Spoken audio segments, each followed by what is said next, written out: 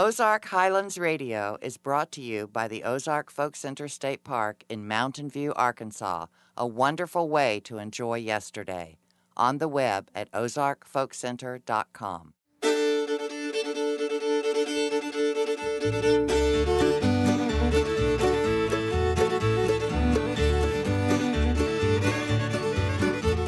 Howdy, folks. This is Dave Smith, host of Ozark Highlands Radio. Welcome to our show. This week, we'll be hearing from two fine musicians who are keeping alive the old-time music traditions, fiddler Betse Ellis and her musical partner, banjoist Clarke Wyatt. We're also going to take a trip down into the vault, where Mark Jones has uncovered another gem in our collection of past recordings. And we'll hear from Charley Sandage, who will tell us about the gardens at the Ozark Folk Center. All that and more this week on Ozark Highlands Radio.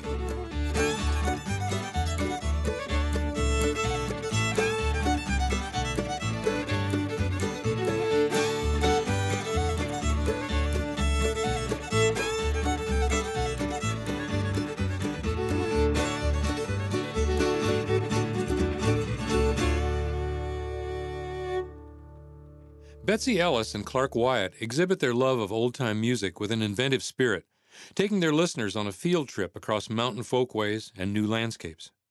Trained as a classical violinist, Betse now plays a driving but sweet old-time fiddle. For years, she fiddled for the Kansas City-based band The Wilders, then teamed up several years ago with Clarke Wyatt, a banjo player with an original and creative approach to the three-finger style. Recently, they appeared at the Ozark Folk Center, and today we'll feature some recordings of their performance.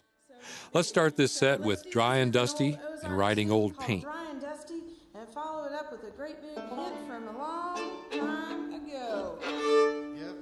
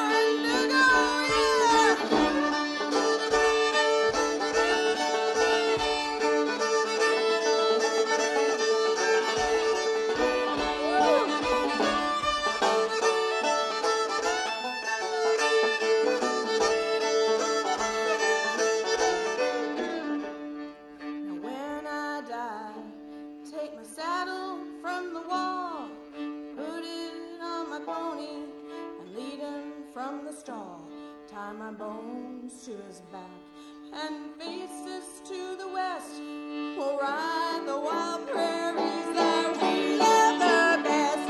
Ride around in gobies, around and slow. The fiery and the snappy are raring to go. Ride around in gobies, around and slow. The fiery and the snappy are raring to go.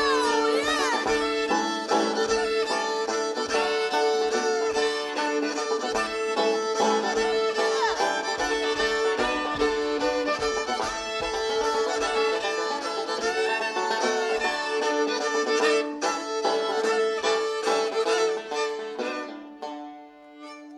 Folk music and old-time music, traditional music, was not something that I heard at all growing up, with the exception of coming to the Ozark Folk Center a couple times and seeing the house band, going through the craft village and seeing the house band play.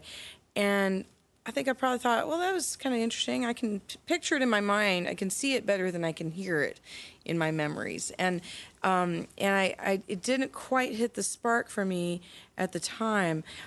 However, after going away from Arkansas, moving up to Kansas City, Missouri, going to school there, going to a music school there, getting out of school, playing rock and roll, playing experimental music, playing what became eventually some types of folk music, and finally getting bit by what I call the old-time bug.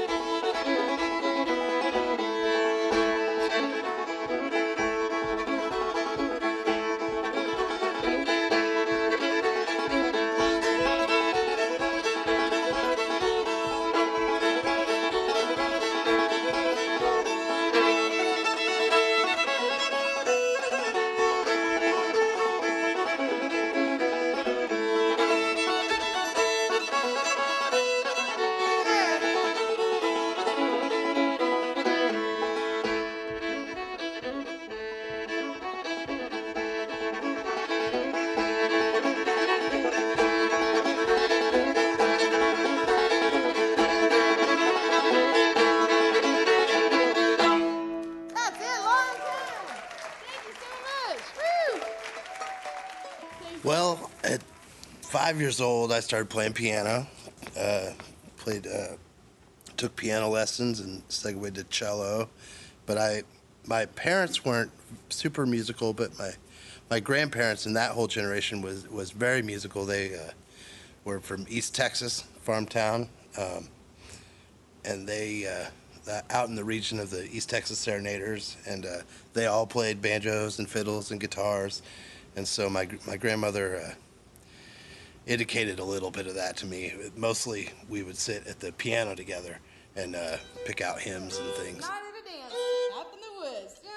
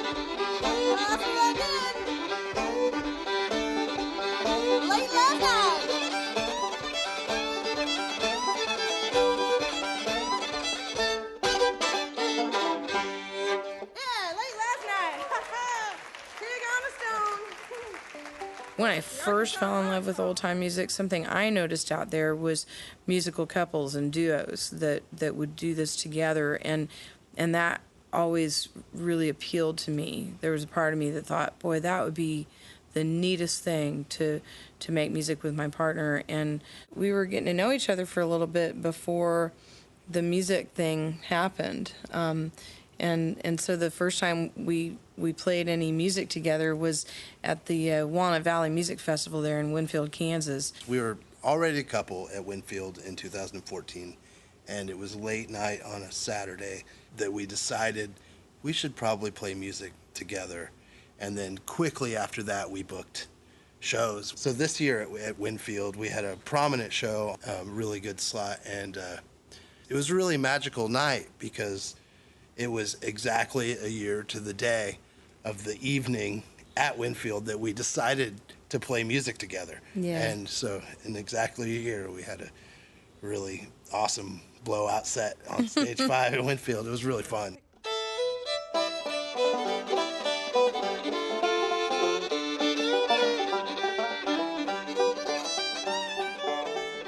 I lost 10 points just for being in the right place at exactly the wrong time. I looked right at the facts there, but I may as well have been completely blind. So if you see me walking all alone, don't look back, I'm just on my way back home. There's a train leaves here this morning, I don't know what I might be on.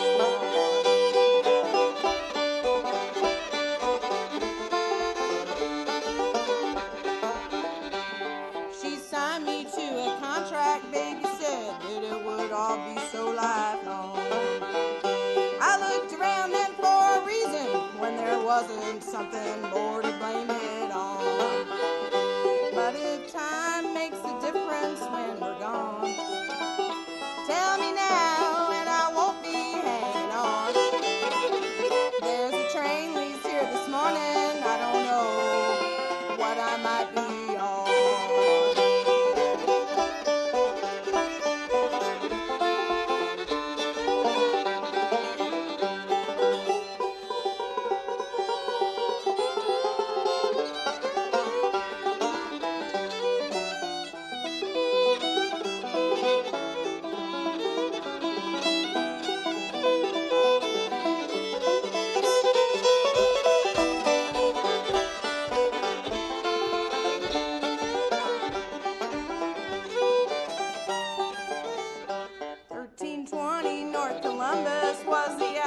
I had written on my sleeve. I don't know what she was thinking. It must have been that it was getting time to leave. And I watched as the smoker passed it on, and I laughed as the joker said, lead on. There's a train leaves here this morning, I don't know what I might be on. There's a train leaves here this morning, I don't know what I might be on. Yeah. You've been listening to Betse Ellis and Clarke Wyatt. They started their set with Dry and Dusty and Riding Old Paint, followed by Long Time to Get There, a medley of Give the Fiddler a Dram and Pig on a Stone, and finally, The Train Leaves Here This Morning. They were recorded in the auditorium at the Ozark Folk Center in Mountain View, Arkansas. When we come back after the break, let's head down to the vault to hear Mark Jones' pick of the week. You're listening to Ozark Highlands Radio.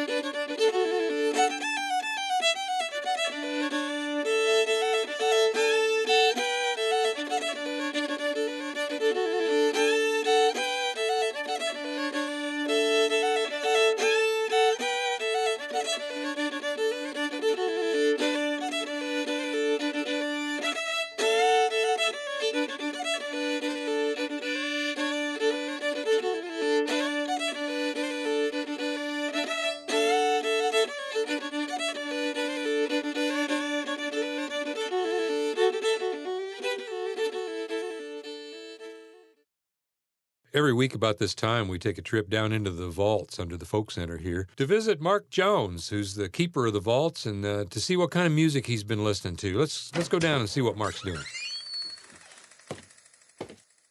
Hey, Mark, how you doing today? Dave, I'm doing pretty good. I'm just looking around here, and all these names bring back so many memories of friends of ours. Like, for instance, this one right here at Mr. Bob Blair. Now, you knew Bob, didn't you? I did know Bob Blair, and there was a true mountain man if there ever was one. Bob was a wealth of knowledge about a lot of things, wasn't he? That's true. He could tell you any kind of tree that you were looking at, any kind of plant, what it was for. It was just amazing. I know he and Billy Joe Tatum used to do a lot of field hikes and stuff like that, and they would all time be finding something that the other one might not know what it was, but they ended up sharing a lot of information between the two of them. That's right. In the fall of the year, Bob spent a lot of time up on the North Mountainsides digging ginseng. He knew a lot about ginseng. He dug golden seal root. He was a terrific turkey hunter, probably as good a turkey hunter as there ever was around here. Deer hunter, coon hunter. Bob did it all. He did. In fact, my dad went ginseng hunting with him a lot of times. Let's listen to this song. Let's see. This is a great song. It's really quite a famous gospel song that was actually written by a gentleman from Stone County. He wrote it back probably in the 1920s or 30s. Thomas Jefferson Ferris lived in Timbo, Arkansas. Bob is accompanied by his wife, Kay, on this great gospel song, Who Will Sing for Me? Oft I sing for my friend when death's cold hand I see, when I reach my journey's end, who will sing one song for me? I wonder who will sing for me when I come to the cross of my silent sea. Who will sing for me? When the crowd has gathered round and looks down on me, will they turn and walk away, or will they sing one song for me?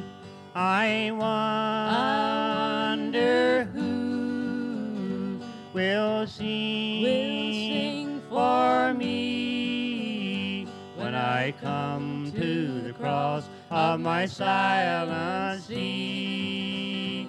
Who will sing for me? So I'll sing till the end, and cheerful try to be, assured that some friend will sing one song for me. I wonder who will sing for me when I come to the cross of my silent sea. Who will sing for me? Dave, you know, when you hear that, you realize on the day that Bob Blair died, how much knowledge and history went away that day. I know he passed a lot of it on, but there's no way anybody could have learned as much and knew as much as about the Ozarks as Bob Blair. That's absolutely right. We miss him a lot. Hey, thanks a lot, Mark. We'll see you next week, okay? You bet. Come on back. Stone County native Bob Blair was a fiddle player as well. I'm sure he would have been familiar with some of these tunes, played by this week's featured artists, Betse Ellis and Clarke Wyatt. All right.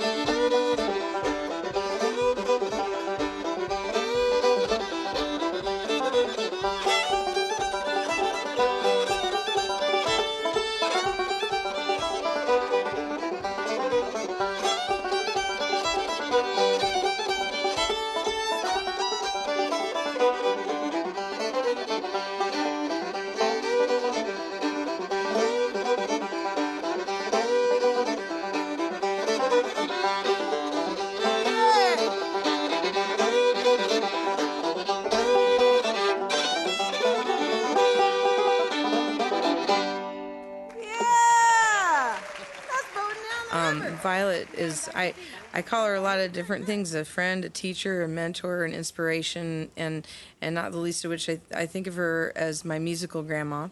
We're not related by blood, but the music has made me feel like, you know, if in some small part, if I can be an inheritor of her music, that is incredibly meaningful to me in my life and my own journey with music. But I met Violet about 15 years ago when my band was playing at Silver Dollar City, and we struck up a very quick friendship. And it just so happens that her home in Yellville, Arkansas, is 100 miles from the home where I grew up in Fayetteville. So I would go and visit my folks in Fayetteville and then make a journey over to Violet's and hang out with her at her house and really try to learn her tunes the best I could. And every time I'm with her is a great reminder of the tunes I've learned well and the ones that I'm still working on, which is great.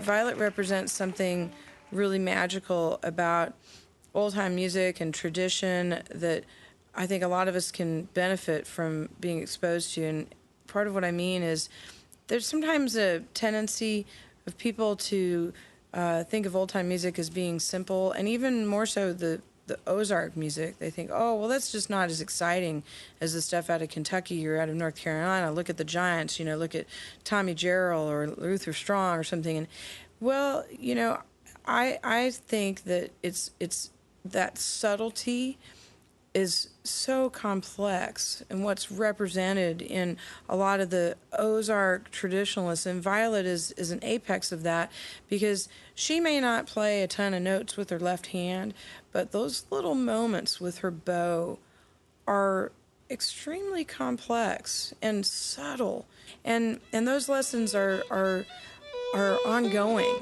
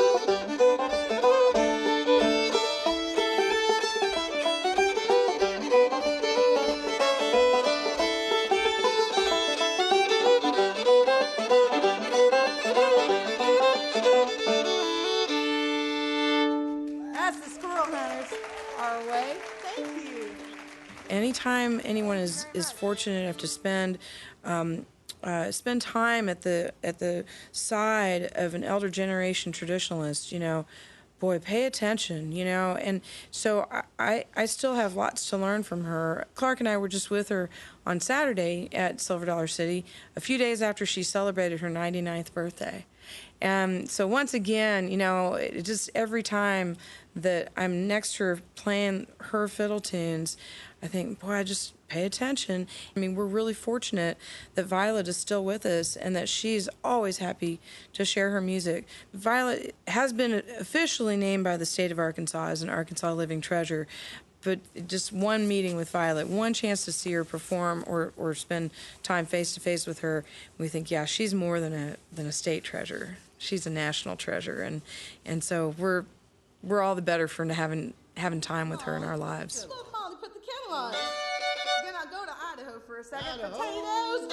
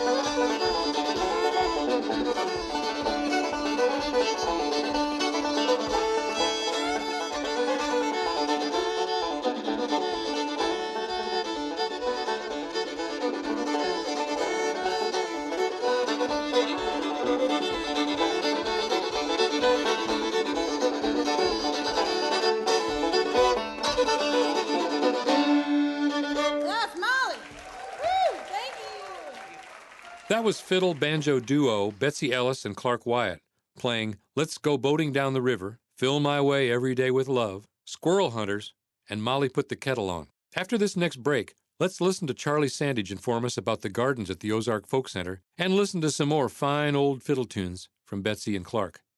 This is Ozark Highlands Radio.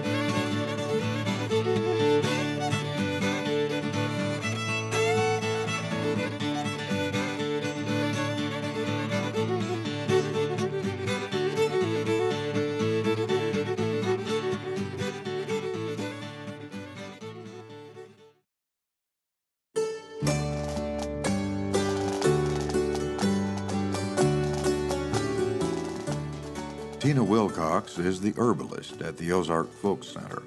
After 31 years, her name has become synonymous with the center's heritage herb garden, and her deeply felt connection with the Ozarks' native plant kingdom continues to flourish. The Ozark Folk Center State Park's Heritage Herb Garden is a decorative garden, and it does certainly enhance and add a lot to the senses of a person visiting the park. However, what's really important about the garden is that it's a place where people can see the plants that were so very important to life in the Ozarks. The planted areas that are part of the Heritage Herb Garden are prominent throughout the center's grounds, especially in the Crafts Village.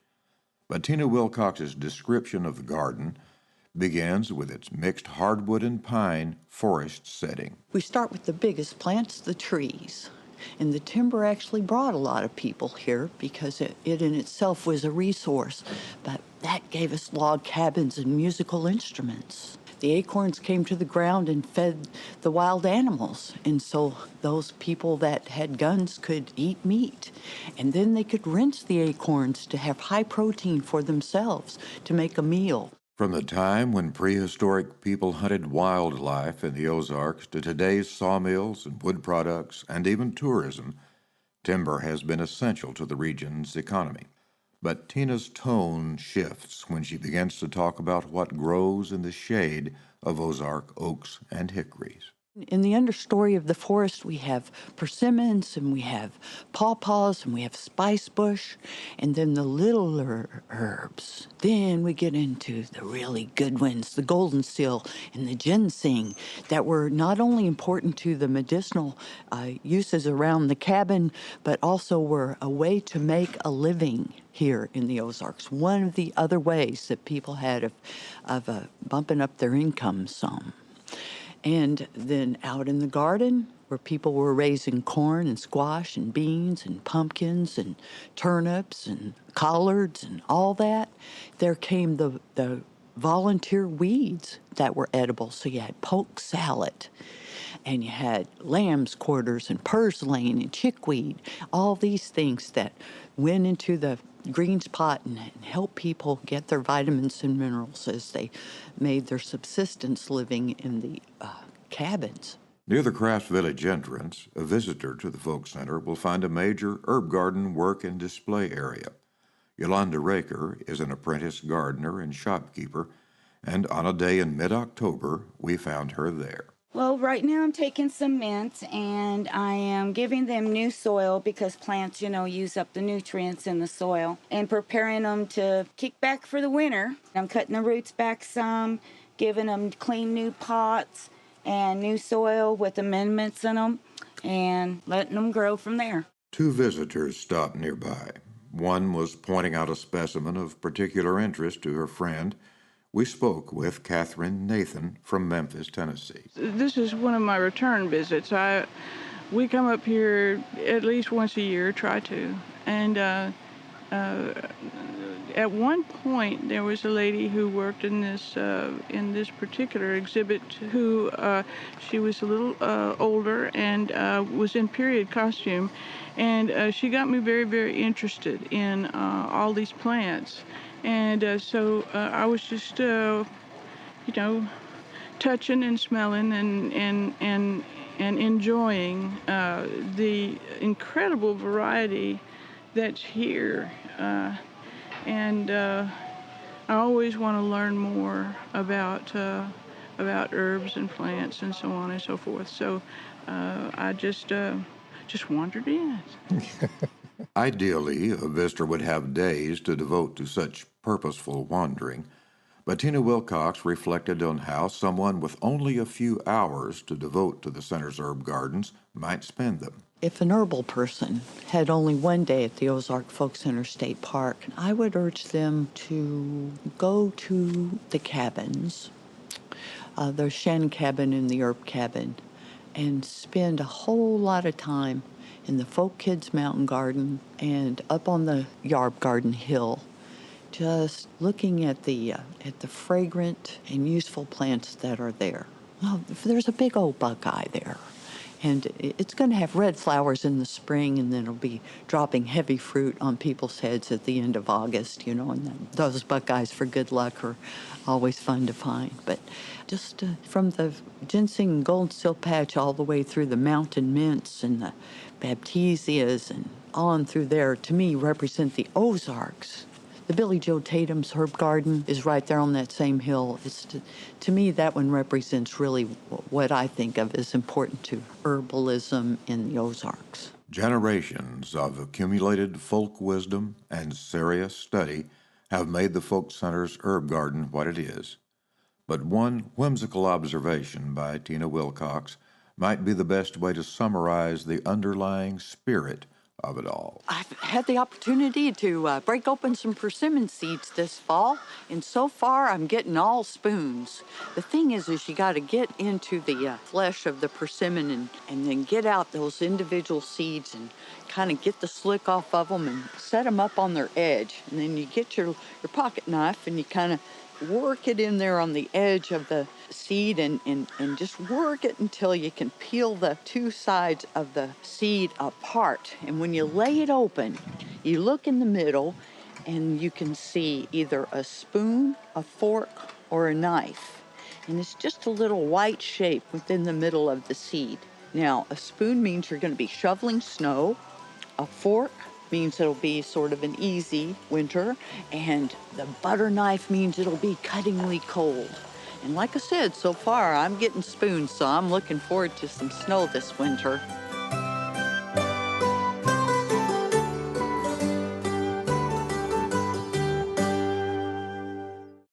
Thanks, Charlie. Betse Ellis and Clarke Wyatt have been playing their fine style of old-time music at venues across the country. Here they are again on stage at the Ozark Folk Center.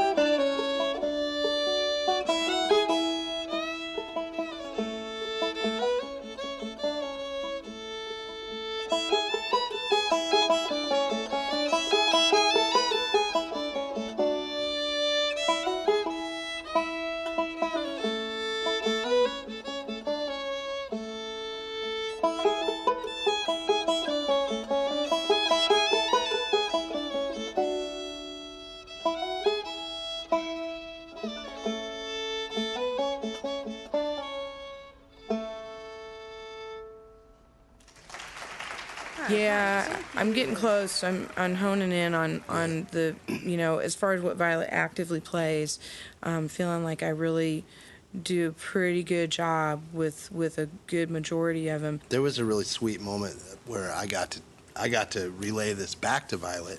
when we were out at the Zigzag Old Time Getaway. It's at the base of Mount Hood, a little town up in the northwest, and we were both teaching workshops, and Betse taught Jericho to an 11-year-old girl that just gets it at that young age. To watch Betse play it with Violet, and then at the concert at the end of Zigzag in the Northwest to watch Betse play it as a duet with this 11-year-old girl, it just sort of epitomized what Betse is doing for the music, you know. And then a couple days ago at Silver Dollar City, I got to tell Violet that story, and she was tickled. So. She was tickled. Yeah, She was tickled. Yeah.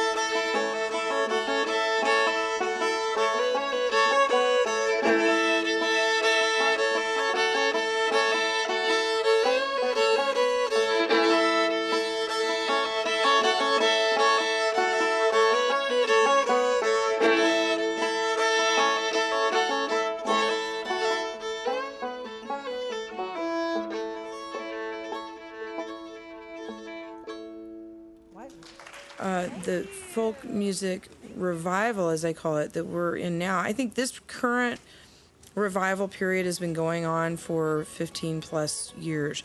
We've seen it. I mean, even the 1920s, the golden age of country music and early recordings, that was really a revival, actually, of music that had existed for quite some time, and it was played by both older people and young people.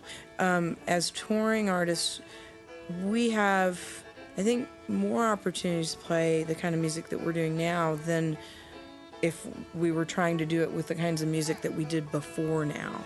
I think the opportunities as current touring artists, there are more. I'll drink when I'm dry. If the hard times don't kill me, I'll live a long time. A long time.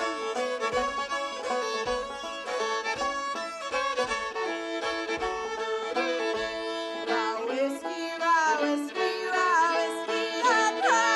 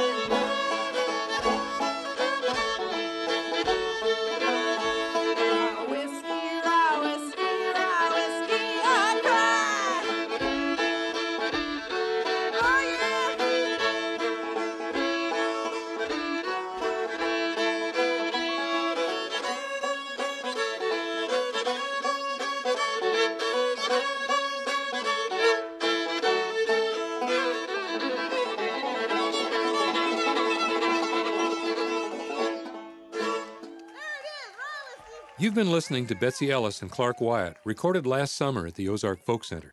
They started their set out with The Quail is a Pretty Bird, followed by White River. They finished their set with a fine old song, Rye Whiskey. Well, that's it for this week's show. For playlists to this program, or any of our past shows, or to contact me with any questions you might have about this show, find us on the web at ozarkhighlandsradio.com. We'd love to hear from you. For all of us here at Ozark Highlands Radio, I'm Dave Smith. See you next week. Ozark Highlands Radio is produced by Jeff Glover. Executive producer is Darren Dorton. Additional support for this program comes from the Committee of 100, proudly supporting the Ozark Folk Center State Park since 1974, and by Arkansas State Parks, with 52 unique reasons to visit the natural state. More information online at arkansasstateparks.com. For information on upcoming shows and events, we are on the web at ozarkhighlandsradio.com. Until next time, I'm Donna Farrar.